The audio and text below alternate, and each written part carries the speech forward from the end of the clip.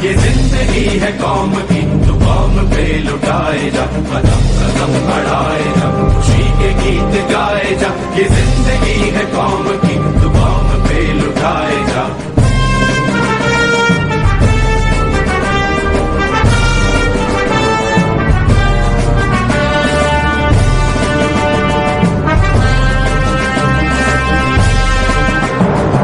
शेर हिंद आगे बढ़, मरने से फिर भी तू न डर, उड़ा के दुश्मनों का ఆజాద్ హింద్ ఫౌజ్.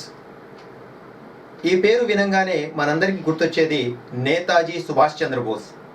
వాస్తవానికి ఆజాద్ హింద్ ఫౌజ్ని ఎవరు స్థాపించారు, మరియు నేతాజీ సుభాష్ చంద్రబోస్ దీనిని ఎప్పుడు పునర్నిర్మించారు ఇత్యాది విషయాలు మన పరిశీలనలోకి రావాలి. మొదటగా నేతాజీ సుభాష్ చంద్రబోస్ భారత జాతీయ సైన్యానికి సర్వ సైన్యాధ్యక్షుడు కాకముందు 1942 సెప్టెంబర్ 1వ తేదీన జనరల్ మోహన్ సింగ్ నేతృత్వంలో బ్రిటిష్ భారత సైన్యం కాస్త భారత జాతీయ సైన్యంగా ఆవిర్భవించింది. 1942 సెప్టెంబర్ 1న బ్రిటిష్ భారత సైన్యంలోని కెప్టెన్ మోహన్ సింగ్ నేతృత్వంలో భారత జాతీయ సైన్యం ప్రముఖ విప్లవకారుడు రాజ్ బిహారీ బోస్ మార్గదర్శకత్వంలో ఇండియన్ ఇండిపెండెన్స్ లీగ్ ప్రకటితమయ్యాయి. అప్పటి నుంచి కెప్టెన్ అక్రమ్, మోహన్ సింగ్ ఇరువురు కూడా 1/14 పంజాబ్ రెజిమెంట్కి చెందినవారు. సహచరుడు కెప్టెన్ మోహన్ సింగ్తో కలిసి భారత జాతీయ సైన్యం ఏర్పాటు గురించి భారతీయ విప్లవోద్యమ నాయకుడు జ్ఞాని ప్రీతం సింగ్, జపాన్ సైన్యాధికారి మేజర్ ఇవాచి ఫుజిహారాల మధ్య జరిగిన చర్చలలో కెప్టెన్ అక్రమ్ పాల్గొన్నారు. భారత జాతీయ సైన్యం ఏర్పాటు సమయంలో కెప్టెన్ మోహన్ సింగ్కు ఆలోచన, ఆచరణ పరంగా ఎంతగానో సహకరించారు కెప్టెన్. దీనికి సంబంధించిన పూర్వాపరాలను కనుక మీరు పరిశీలిస్తే, బ్రిటిష్ భారత సైన్యం జపాన్ వాళ్లతో జరిగిన యుద్ధ సమయంలో జపాన్ వాళ్ళు పైచేయి సాధించినప్పుడు లొంగిపోయినటువంటి యుద్ధ ఖైదీల రూపంలో మోహన్ సింగ్ మరియు మిగతా బ్రిటిష్ భారత సైన్యం జపాన్ వాళ్ళకి లొంగిపోయిన తర్వాత వాళ్ళల్లో ఒక వ్యక్తి సలహా మేరకు మనం యుద్ధ ఖైదీలుగా ఎందుకు ఉండాలి, మన భారతదేశాన్ని విముక్తి చేయడానికి బ్రిటిష్ వారితో మనం కూడా పోరాడవచ్చుగా అనేటటువంటి ఆలోచనలతో జనరల్ మోహన్ సింగ్ నేతృత్వంలో ఏర్పడినదే భారత జాతీయ సైన్యం. అంటే మొట్టమొదటగా భారత జాతీయ సైన్యం జనరల్ మోహన్ సింగ్ అధ్యక్షతన 1942 సెప్టెంబర్ 1వ తారీఖు ఏర్పడింది. అయితే తర్వాతి కాలంలో జపాన్ ప్రభుత్వ అధికారులు భారత జాతీయ సైన్యంలో ఉన్నటువంటి అధికారుల మధ్య భేదాభిప్రాయాలు వచ్చి చేరడంతో జనరల్ మోహన్ సింగ్ 1942 డిసెంబర్ 9న ఈ భారత జాతీయ సైన్యం మరియు కౌన్సిల్ ఆఫ్ యాక్షన్ను రద్దు చేస్తున్నట్లుగా ప్రకటించాడు. అప్పుడు ఈ విషయం అంగీకరించని కొంతమంది విప్లవకారుడు రాజ్ బిహారీ బోస్ నేతృత్వంలో మరలా దీన్ని పునర్నిర్మించాలని సుభాష్ చంద్రబోస్కి నాయకత్వం అప్పచెప్పాలని ఒక నిర్ణయం తీసుకున్నారు. జపాన్ ప్రభుత్వాధినేతల పట్ల విప్లవోద్యమ నేతల్లో ఏర్పడిన అభిప్రాయ భేదాల కారణంగా తూర్పు ఆసియా ప్రాంతంలో జనరల్ మోహన్ సింగ్ నేతృత్వంలో ఏర్పడిన భారత జాతీయ సైన్యం కౌన్సిల్ ఆఫ్ యాక్షన్లు 1942 డిసెంబర్ 29న రద్దయినట్లు జనరల్ మోహన్ సింగ్ ప్రకటించారు. ఆ ప్రకటనతో ఏకీభవించని కొందరు విప్లవ యోధుడు రాజ్ బిహారీ బోస్ నేతృత్వంలో సుభాష్ చంద్రబోస్ నాయకత్వాన్ని ఆహ్వానిస్తూ 1943 ఫిబ్రవరి 15న భారత జాతీయ సైన్యాన్ని పునర్వ్యవస్థీకరించారు. భారత జాతీయ సైన్యం దాని అనుబంధ సంస్థలను, కార్యకర్తలను, సైనికులను మార్గదర్శకత్వం వహించేందుకు సుప్రీం మిలిటరీ బ్యూరో సంచాలకులుగా లెఫ్టినెంట్ కల్నల్ జేకే భోన్స్లే బాధ్యతలు స్వీకరించగా, lieutenant Mirza Inayat, lieutenant colonel Ihsan Ishan Qadri, lieutenant colonel M Z Kiani, major Mataul Mulk, lieutenant colonel Burhanuddin, major M D Jahangir, major Habibur Rahman, lieutenant Allayar Khan, major Mohammad Raza Khan, captain Mumtaz Khan, S A Ibrahim, lieutenant colonel Aziz Mohammad, lieutenant Mir Rahman Khan, major Rashid, lieutenant colonel అర్షద్లు ప్రధానాధికారులుగా బాధ్యతలు చేపట్టారు. Lieutenant colonel M Z Kiani general staff ప్రధానాధికారిగా, సైనికుల శిక్షణాధికారిగా మేజర్ హబీబుర్ రహమాన్, రీఎన్ఫోర్స్మెంట్ కమాండెంట్గా మేజర్ మతావుల్ ముల్క్, చరిత్ర, సంస్కృతి, పౌర సంబంధాల అధికారిగా మేజర్ ఎంజెడ్ జహాంగీర్లు పలు ప్రధాన భూమికలు నిర్వహించారు. 1941వ సంవత్సరంలో సుభాష్ చంద్రబోస్ ఒక సంఘటనలో హౌస్ అరెస్ట్ కాబడ్డారు. గృహ నిర్బంధంలో ఉన్న సుభాష్ చంద్రబోస్ కలకత్తా నుండి బెర్లిన్కు ఏ విధంగా తప్పుకున్నారు? గూఢచార వ్యవస్థ, పోలీసుల నిఘా వ్యవస్థ ఆయనపై పటిష్టంగా ఉన్నా కూడా మరి సుభాష్ చంద్రబోస్ ఏ విధంగా కలకత్తా నుండి కాబూల్ మీదుగా బెర్లిన్ చేరారు? ఈ సంఘటనను చరిత్ర గ్రేట్ ఎస్కేప్గా చెబుతోంది. ఆ సంఘటన గురించి తెలుసుకుందాం. గ్రేట్ ఎస్కేప్ 1941లో జనవరిలో ఆంగ్ల ప్రభుత్వ గూఢచారి వ్యవస్థ నిఘా పోలీసుల కళ్ళుగప్పి మొహమ్మద్ జియావుద్దీన్ పేరుతో సుభాష్ చంద్రబోస్ కలకత్తా నుండి తప్పుకున్నారు. కలకత్తా నుండి ఆరంభమైన ఈ గ్రేట్ ఎస్కేప్ పకడ్బందీగా ఏర్పాట్లను చేసిన వ్యక్తి నేతాజీ సహచరుడు మియా అక్బర్ షా. ఆ తర్వాత సాగిన ప్రాణాంతక కాబూల్ ప్రయాణంలో అక్బర్ షా ఏర్పాటు చేసిన 3 సాయుధ పఠాన్ యువకులు నేతాజీకి అంగరక్షకులుగా ఆయన వెంట నడిచారు. ఆఫ్ఘాన్ పఠాన్ వేషంలో నేతాజీ ప్రయాణిస్తున్నప్పుడు ఎవరికి ఏమాత్రం అనుమానం రాకుండా ఉండేందుకు 7 రోజుల పాటు తన ఇంట రహస్యంగా ఉంచుకుని తగిన పఠాన్ల ఆచార సాంప్రదాయాలలో శిక్షణ ఇచ్చి గూఢచారుల కంటపడకుండా ఆబాద్ ఖాన్ ఆయనను ముందుకు తీసుకెళ్లారు. 1941 మార్చి 27న బెర్లిన్ చేరేంత వరకు అతి ప్రమాదకర పరిస్థితులలో కూడా నేతాజీని వదలకుండా కళ్లల్లో పెట్టుకుని కాపాడి ఆయన గమ్యం చేరడంలో ముస్లిం యోధులు ఎంతగానో తోడ్పడ్డారు. స్వాతంత్ర పోరాటం ద్వారా, సాయుధ బలగాలతో బ్రిటిష్ వారితో పోరాటం ద్వారా మాత్రమే స్వాతంత్రం సంపాదించాలి అనేటటువంటి కృత నిశ్చయంతో ఉన్నటువంటి సుభాష్ చంద్రబోస్ 2వ ప్రపంచ యుద్ధ సమయంలో జర్మనీ, జపాన్, అమెరికా, బ్రిటన్తో వ్యతిరేకంగా పోరాడుతున్నారు కాబట్టి శత్రువు మిత్రులవుతారనే తర్కం ఉపయోగించడానికి సుభాష్ చంద్రబోస్ జర్మనీకి వెళ్ళడం జరిగింది. మరియు జర్మనీలో 1941వ సంవత్సరంలోనే ఫ్రీ ఇండియా సెంటర్, అలాగే భారత కమాండో దళం ఏర్పాటు చేయడం జరిగింది. జర్మనీలో అంతకుముందే మహాత్మా గాంధీతో స్ఫూర్తి పొందినటువంటి ఆబిద్ హసన్ సఫ్రాని వారి తల్లిదండ్రుల కోరిక మేరకు పై చదువుల కోసం వెళ్ళంగా అక్కడే ఆబిద్ హసన్ సఫ్రాని ఉన్నట్టు తెలుసుకుని సుభాష్ చంద్రబోస్ ఆయనను కలిసి తద్వారా వారిద్దరూ మాతృభూమి విముక్తి కోసం ఏమేం కార్యాచరణ చేయాలి అనేది పకడ్బందీగా చేసుకొని తర్వాత ఇద్దరూ కలిసి ఇండియాకు చేరారు. మాతృభూమి విముక్తి ప్రధాన లక్ష్యంగా స్వదేశాన్ని వీడి జర్మనీ చేరుకున్న నేతాజీ జర్మనీలో తొలుత స్వేచ్ఛా భారత కేంద్రం ఫ్రీ ఇండియా సెంటర్ ప్రారంభించారు.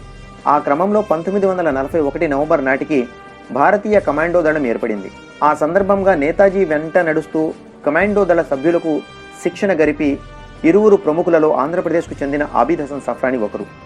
నేతాజీ ఆదేశాల మేరకు ఏర్పడిన ఆజాద్ హింద్ రేడియో కార్యక్రమాలు రూపొందించడం, పలు భాషల్లో మంచి ప్రవేశం ఉన్న ఆబిద్ హసన్ సఫ్రాని ఆజాద్ హింద్ రేడియో ద్వారా ప్రసంగాలు చేస్తున్న సుభాష్కు భాషల పరంగా ప్రసంగాల తయారీ విషయంలో సహకరించారు. స్వేచ్ఛా భారత కేంద్రం ఆధ్వర్యంలో జరిగిన సమావేశంలో ఆబిద్ హసన్ సఫ్రాని భారత స్వాతంత్రోద్యమ సాహిత్య చరిత్రలో చిరస్మరణీయంగా నిలిచిపోయిన నేతాజీ జై హింద్ పదాలను ప్రతిపాదించారు. ఆబిద్ హసన్ సఫ్రాని సృజనాత్మకత వలన ఆనాటి నుండి భారతీయ జాతీయ సైనికులు పరస్పర పలకరింపుకు, పరామర్శకు మాత్రమే కాకుండా యుద్ధ నినాదంగా కూడా జై హింద్ స్థానం సంపాదించుకుంది. ఆనాడు ఆబిద్ సృష్టించిన జై హింద్ నినాదం ఈనాటి భారత సైనికులకు స్ఫూర్తినిచ్చే రణ నినాదంగా కొనసాగటం విశేషం. భారత సైనికులు మాత్రమే కాకుండా ఆ తర్వాత భారత గడ్డ మీద మరే నేతకు లేని విధంగా సుభాష్ చంద్రబోస్ను ప్రస్తావించాలంటే నేతాజీ అనడం పరిపాటిగా మారి సుభాష్ చంద్రబోస్ని పేరుకు నేతాజీ పర్యాయ పదమైంది.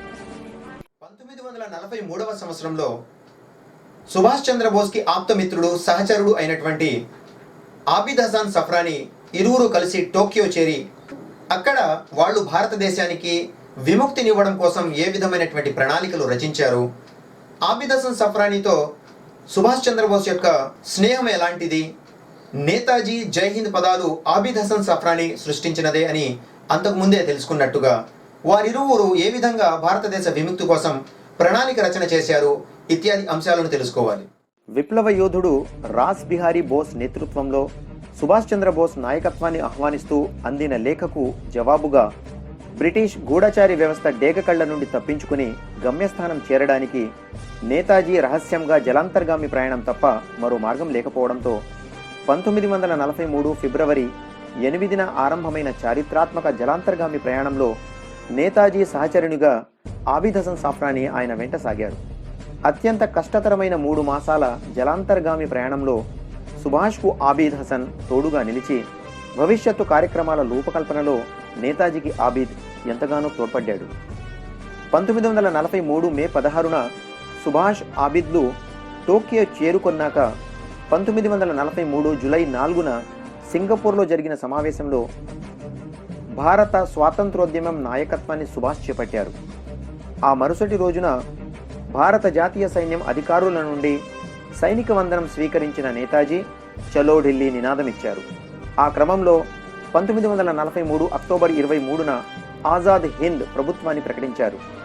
ఈ సందర్భంగా 1757 నాటి సిరాజుద్దౌలా పోరాటం నుండి హైదర్ అలీ, టిప్పు సుల్తాన్, 1857 నాటి బేగం హజరత్ మహల్, బహదూర్ షా జఫర్ తదితరులు బ్రిటిషర్ల నుండి భారత మాతృభూమిని విముక్తి చేయడానికి సాగించిన పోరాటాల క్రమాన్ని వివరిస్తూ అలనాటి సాయుధ సాహసోపేత త్యాగాలను ప్రస్తుతించారు. చివరకు భారత జాతీయ సైన్యం పతాకం మీద ప్రథమ జాతీయవాదిగా ఖ్యాతి గడించిన మైసూరు పులి టిప్పు సుల్తాన్కు గుర్తుగా పులి చిహ్నంను ఏర్పాటు చేశారు.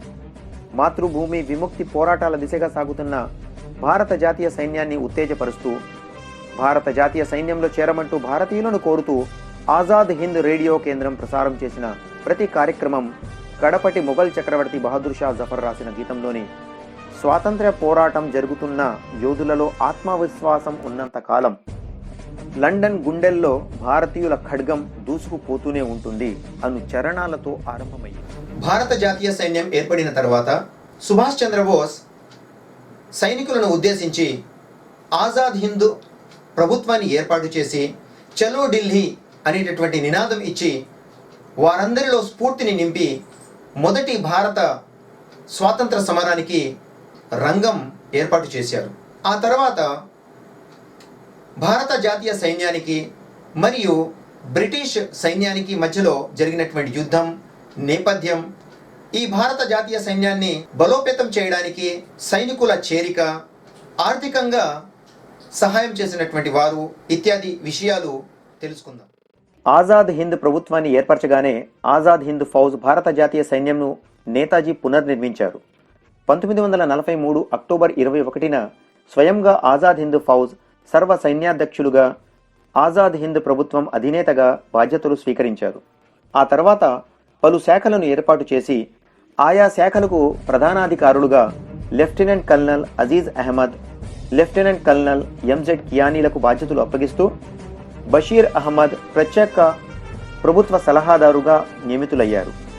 లెఫ్టినెంట్ కల్నల్ షానవాజ్ ఖాన్ సాయుధ దళాల ప్రతినిధిగా నియుక్తులయ్యారు. భారత జాతీయ సైన్యంలో ముస్లిం మహిళలు కూడా భాగస్వాములయ్యారు. నేతాజీ ప్రత్యేక ఆసక్తితో ఏర్పాటు చేసిన ఝాన్సీ రాణి రెజిమెంట్లో ఎం ఫాతిమా బీబీ, సయ్యద్ ముంతాజ్, మెహరాజ్ బీబీ, బషీరున్ బీబీలు బాధ్యతలు నిర్వహించారు. ఈ మహిళల పేర్లు అఖిల భారత జాతీయ సైన్యం కమిటీ ప్రధాన కార్యదర్శి కెప్టెన్ ఎస్ఎస్ యాదవ ప్రకటించిన ఫర్గాటన్ వారియర్స్ గ్రంథంలో దర్శనమిస్తాయి. అలాగే 1944 ఫిబ్రవరిలో భారత జాతీయ సైన్యాన్ని ప్రజలను ఉద్దేశించి సుభాష్ చంద్రబోస్ ప్రసంగిస్తూ భారతదేశాన్ని విముక్తి చేయడానికి బ్రిటన్ మీద యుద్ధాన్ని ప్రకటించారు.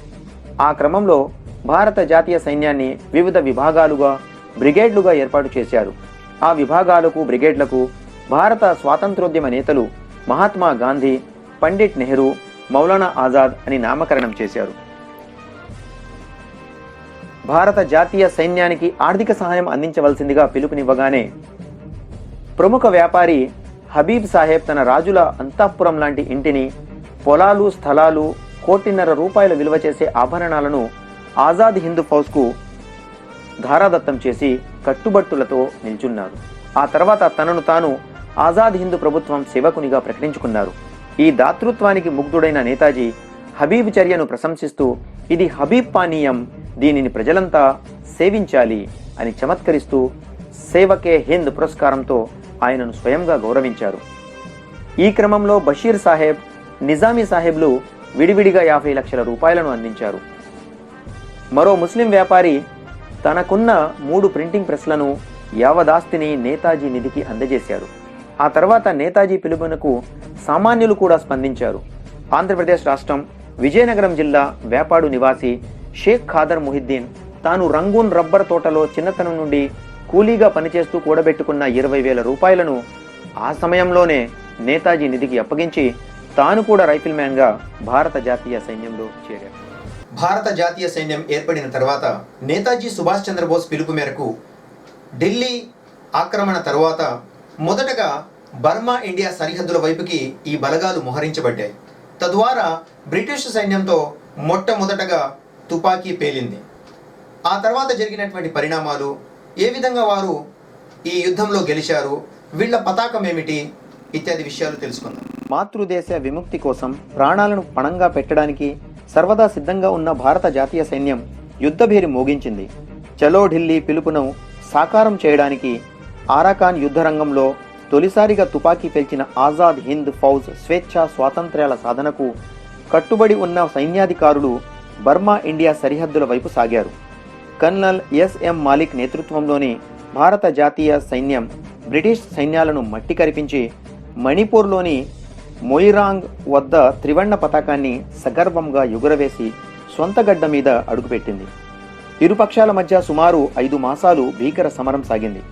ఈ సందర్భంగా జరిగిన వివిధ పోరాటాలలో మేజర్ జనరల్ షానవాజ్ ఖాన్ బాధ్యతలు చేపట్టగా colonel M Z Kiani, colonel Munwar Hussain, colonel Aziz Ahmad, colonel Burhanuddin, lieutenant Nazir Ahmad, colonel Malik, major Mahboob అద్వితీయమైన ప్రతిభతో పాటు ప్రాణాంతక పరిస్థితులలో కూడా దృఢ సంకల్పాన్ని ప్రదర్శించారు. చిట్ట చివరి వరకు శత్రువుతో పోరాడిన, తమ ప్రాణాలను అడ్డువేసి శత్రువును నిలువరించిన యోధులు హకీం అలీ, మొహమ్మద్ హసన్, అబ్దుల్లా ఖాన్, యాసీన్ ఖాన్, అబ్దుల్ మన్నాన్, ఖాన్ ముహమ్మద్ లాంటి వారు స్వయంగా నేతాజీచే ప్రశంసించబడి వీర్ ఏ హింద్, సర్దార్ ఏ జంగ్, తంగా ఏ బహదూర్, శత్రునాస్ లాంటి పురస్కారాలను పొందారు.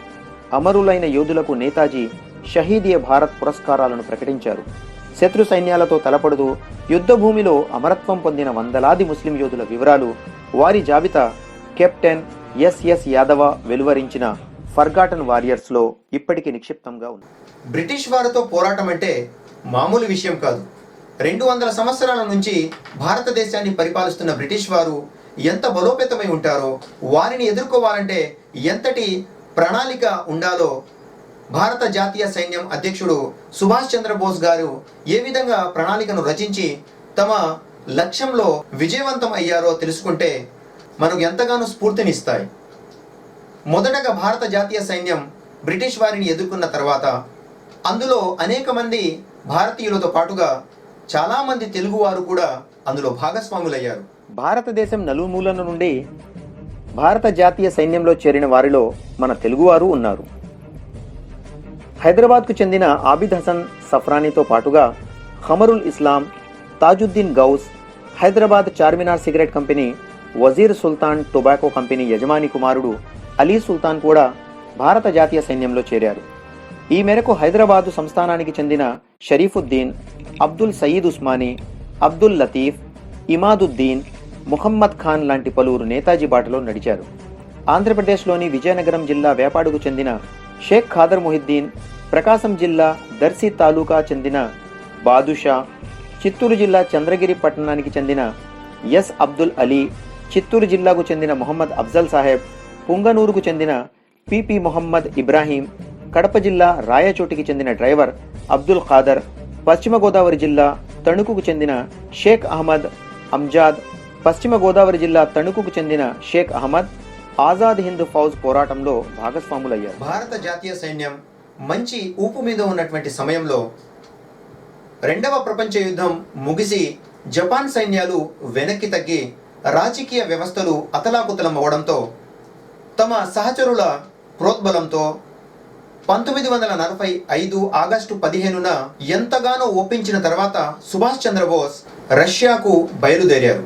మార్గమధ్యంలో ఆయన ప్రయాణిస్తున్నటువంటి విమానం కుప్పకూలిపోవడంతో సుభాష్ చంద్రబోస్ పరమపదించారు. మరి అప్పుడు జరిగినటువంటి సంఘటనలు, నేతాజీ మరణం తర్వాత భారత జాతీయ సైన్యం ఏ విధంగా కష్టాలకు గురైంది ఇత్యాది విషయాలు తెలుసు. 1945 ఆగస్టు 15న జపాన్ తన ఓటమిని అంగీకరిస్తూ ప్రకటన విడుదల చేసింది. పరిస్థితులు అన్ని విధాలుగా ప్రతికూలంగా మారడంతో సహచరుల ఒత్తిడి మీద నేతాజీ సుభాష్ చంద్రబోస్ రష్యాకు బయలుదేరాలనుకున్నారు. ఆ ప్రయాణంలో తొలుత ఇతర అధికారులతో పాటుగా మేజర్ ఆబిద్ హసన్ సఫ్రానీ, కల్నల్ హబీబుర్ రహమాన్ సిద్ధమయ్యారు.